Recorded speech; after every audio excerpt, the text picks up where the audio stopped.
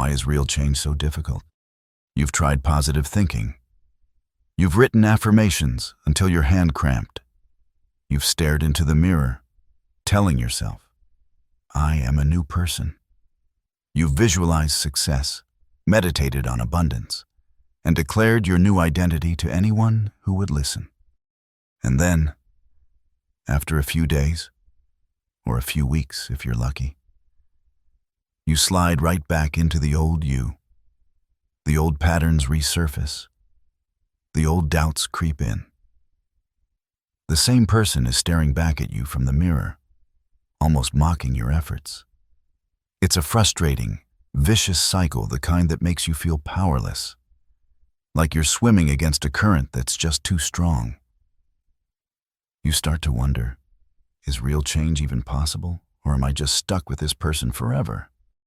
The truth is, you might have been trying to solve the problem in the wrong order your whole life. You've been taught that thoughts create reality, that to change your life, you must first change your mind. This is absolutely true, but it might not be the whole story.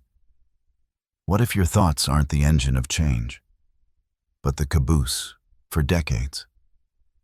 We've obsessed over trying to perfect our inner world, hoping it will magically create a new reality. We've been trying to build a house from the roof down. But there's a powerful psychological idea, one that flips this model completely on its head. Its roots go back to the mid-1960s. This theory proves that your actions reinforce your beliefs, not the other way around.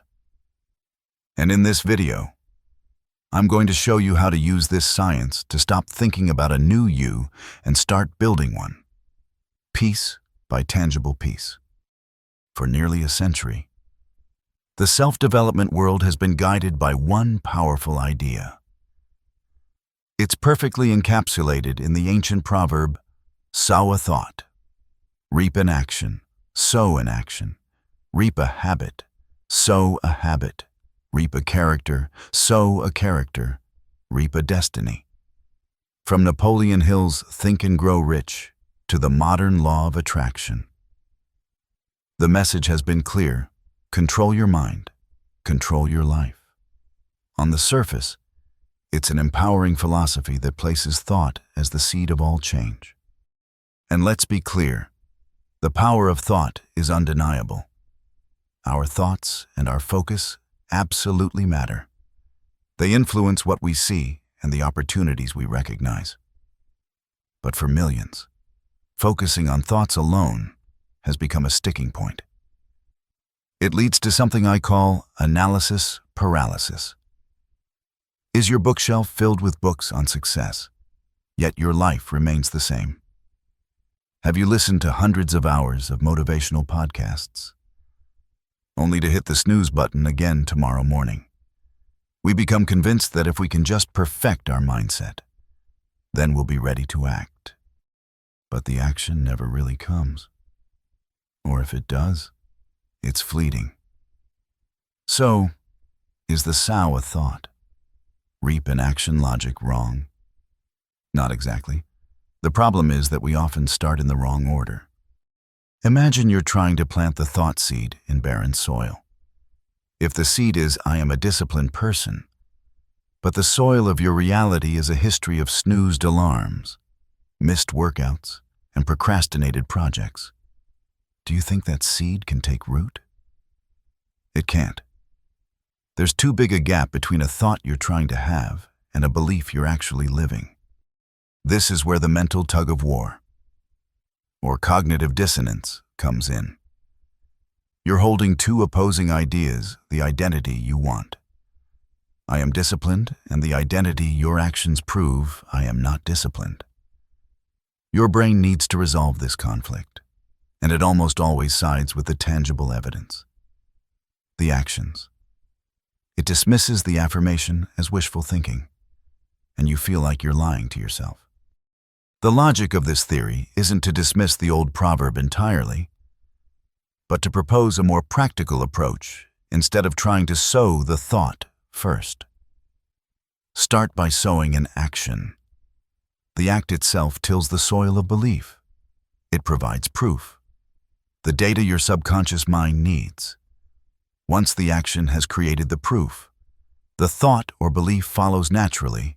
Then the sow in action, reap a character, reap a destiny chain truly begins to work. In the mid-1960s, a social psychologist at Cornell University named Daryl Bem proposed a theory that was both shockingly simple and utterly radical. He called it self-perception theory. And this is where the science offers a relieving explanation. It shows that the guilt you feel for not feeling positive is unnecessary. The problem isn't you. At its core, the theory states that we don't always have special access to what we think or believe. Instead, we often figure it out the same way other people do, by observing what we do.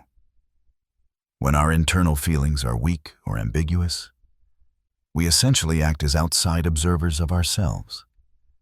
We see our behavior and then conclude, well, I must believe this, because I did that. Think about it. If you see a friend constantly eating green tea ice cream, you infer they like it. Bem's genius was realizing we do this to ourselves. 2. If you observe yourself always choosing green tea ice cream, and no one is forcing you to, you conclude, I guess I really like green tea ice cream. The action comes first, and the attitude follows as an explanation. This flips the sequence most of us have been taught. We normally think attitude leads to behavior. You feel happy, so you smile. You believe in fitness, so you go to the gym. But self-perception theory argues it's often the other way around. Behavior leads to attitude.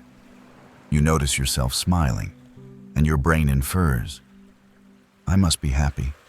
You see yourself going to the gym, and you conclude, I must be someone who values fitness. Bem highlighted this by re-examining classic experiments. In one study, people who were paid just $1 to lie that a boring task was interesting ended up believing their own lie more than people who were paid $20. The old explanation involved cognitive dissonance, a kind of mental pain. Bem's explanation was simpler. He argued the $20 group had an easy justification. I lied because I was paid well, but the $1 group had no good excuse. Their mind looked at their behavior saying the task was fun for a measly dollar and concluded, I wouldn't have said that for just $1. I must have actually enjoyed it on some level. They inferred their attitude from their action. This unlocks everything. Your identity is not some fixed thing inside you that you have to discover. It is a living conclusion that your brain is constantly updating based on the best data. It has your own behavior. You are not what you think. You are what you do. Every action is a piece of evidence. Every choice is a data point. Your brain is the judge. Your actions are the evidence. And your identity is the verdict. This pulls the process of change out of the fuzzy world of thought and into the real world of action. You don't have to wait to feel like it. You just have to act. Take one small step. Create one new piece of evidence and let your mind see it. This is how you stop arguing with your old self and start building a new one from the ground up. The beauty of self-perception theory is that it turns identity change from a vague wish into a practical project. Your self-image isn't a mood. It's a conclusion based on data. To change the conclusion, you simply have to change the data you're feeding your brain. Two metaphors make this crystal clear: laying bricks and casting votes. First, imagine your desired identity writer. Athlete. Leader is a building. You can't just wish it into existence. You have to build it. Brick by brick. Every action you take is a brick. When you want to be a writer, writing one sentence isn't meaningless.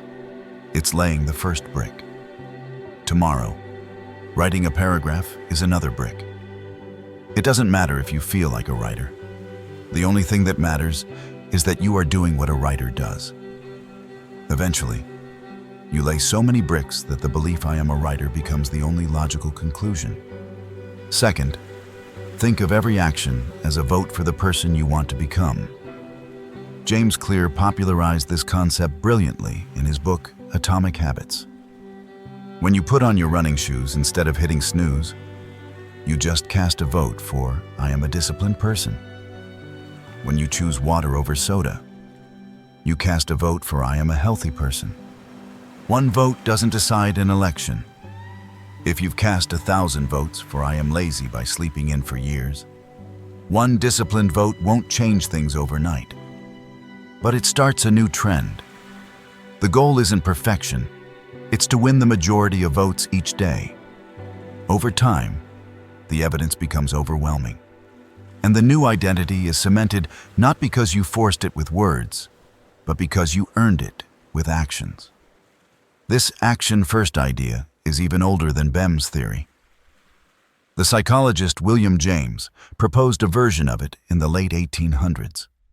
He famously argued, "We feel sorry because we cry, angry because we strike, afraid because we tremble." He inverted the common assumption the physical action comes first, and the brain's perception of that action is the emotion. Modern studies showing that adopting a power pose can make you feel more confident prove that the body can lead the mind.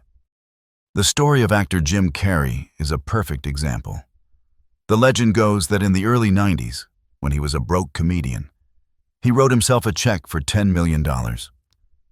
Whether every detail is true or not, the principle is what matters. Carrey himself said you can't just visualize and then go eat a sandwich. That check was a physical anchor. It was a commitment on paper that drove him to take the actions of a $10 million actor. He acted his way into that identity, and his reality eventually caught up. Your brain is an evidence-based machine. Stop trying to persuade it. Start presenting it with proof. Lay a brick, cast a vote, take one small, tangible action. It's the only language it truly understands. So, self-perception theory has given us an incredibly powerful tool: action first, belief second. But it begs a deeper question: why do you want to be a specific person in the first place? Why do you feel a pull to be a writer and not an athlete? Where does that initial motivation come from? This is where a complementary, not contradictory idea gives our journey depth. It's the acorn theory, proposed by psychologist James Hillman. Hillman argued that each of us doesn't enter life as a blank slate. Instead, we arrive with a unique image, an encoded potential within us. Much like an acorn already contains the complete blueprint of the full-grown oak tree. He called this core essence the daemon, or inner genius. Through this lens, your intense passions, your strange interests, and your deepest longings are not random. They are signals from your acorn, the call of the true person you were born to become. So do these two theories contradict each other? Absolutely not. They aren't rivals. They are perfect partners. They work in tandem to create holistic change. Picture it this way: the acorn theory. Hillman answers the what and why. It helps you identify your direction. It explains why you have a specific longing. It's your inner compass, pointing toward your authentic north. Self-perception theory. Bem answers the how. It gives you the practical method for moving in the direction the compass has pointed. It's the step-by-step map, using action to build the path. In other words, you don't act blindly to create a random identity. Instead, the call from your inner acorn prompts you to act. Then, each action you take per self-perception theory reinforces and solidifies that identity, turning potential into reality. The behavior doesn't create a new belief from scratch. It confirms and actualizes a core belief that was waiting to be awakened. So, combine them. Listen to the inner call to know where you should go. Then, use the power of action to lay each brick, not to build a foreign structure, but to excavate the treasure that's already buried within you. Okay, theory is one thing, but execution is everything. If actions build your identity, how do you start laying the right bricks? Here is a practical, 5-step blueprint to start building a new you from the outside in. Step 1. Define your identity with an action verb. First, you need clarity, but a specific kind of clarity. Don't aim for a vague feeling like happier or a status like successful. Define your desired identity in terms of action. Who do you want to be? A writer, an athlete, a patient parent. Frame it as a verb, not a healthy person, but someone who consistently nourishes their body. Not a musician, but someone who practices their instrument. This immediately shifts your focus from a state of being to a set of behaviors. Write it down. That actually looks like in real life. Instead of writing, I am a disciplined person, you write, I am someone who shows up for what they planned, even when it's uncomfortable. Instead of, I am confident, you write, I am someone who speaks clearly and doesn't rush when I talk. Instead of, I am a writer, you write, I am someone who writes, even if it's just one sentence. That's what this sentence really means. You're not claiming an identity. You're describing a pattern of action. So when you write it down, don't leave it abstract. Finish the sentence in a way your body can execute. I am someone who does this specific thing. Because once your identity is defined as something you do, not something you hope to be, your next action becomes obvious, and that's where real change starts. Step 2. Cast the smallest viable vote. Today, this is the most critical step. Don't try to write the book. Don't try to run the marathon. Your goal is to give your brain a single, undeniable piece of evidence. You need to cast the smallest possible vote for your new identity. If you want to be a writer, your vote isn't a chapter. It's writing one sentence. Even if the sentence is just, today I started writing, and then closing the laptop, done. You won the day. If you're an athlete, your vote isn't an hour at the gym. It's putting on your workout clothes and doing 5 push-ups at home. The action has to be so small that it feels absurd not to do it. Consistency always beats intensity. Step 3. Log your evidence in a proof journal. Your brain is already watching you, but you can turn up the volume by becoming a conscious observer yourself. Get a notebook and call it your proof journal. At the end of each day, write down the identity you're building and the votes you cast. For example, identity writer. Proof wrote 2 sentences today. Identity healthy person. Proof chose water instead of soda. Walked for 10 minutes. Writing it down makes the evidence real. It becomes a cumulative record of your new self. On days you feel doubt, you can literally open your journal and say, sorry, doubt, your argument is invalid. Here's the data. I am becoming this person. Step 4. Upgrade with act as if. Once you have a consistent stream of small votes, you can begin to consciously adopt the small mannerisms of the person you want to become. How does a confident person walk into a room? Shoulders back and head up, so every time you walk through a doorway, you do just that. How does a calm person breathe when stressed? Slowly and deeply. So the next time you feel frustrated, you stop and take 3 deliberate, slow breaths. These micro behaviors are more votes. The feeling often follows the action. Step 5. Design your environment to cue the action. Finally, make it easy on yourself. Your environment is constantly sending you signals that trigger behaviors. Become the architect of those signals. If you want to be a reader, put a book on your pillow. You can't go to sleep without touching it. If you want to be a meditator, put a cushion in the middle of your living room floor. It's a constant, physical reminder. Each small adjustment makes your desired action the path of least resistance, making it almost inevitable that you'll cast the right vote. For too long, we've tried to fight a war inside our own minds, a battle of thoughts that leaves us exhausted and right back where we started. We've tried to think our way to a new life. The shift, backed by over half a century of psychological science, is this: stop just trying to think your way there. Start acting your way there. Your identity is not set in stone. It is a summary of your actions, and you have the power to change that summary at any moment by feeding it new data. The theory that emerged in the 60s is a roadmap for consciously becoming the person you want to be. It's permission to stop waiting and start building. Lay a brick, cast a vote, do it now.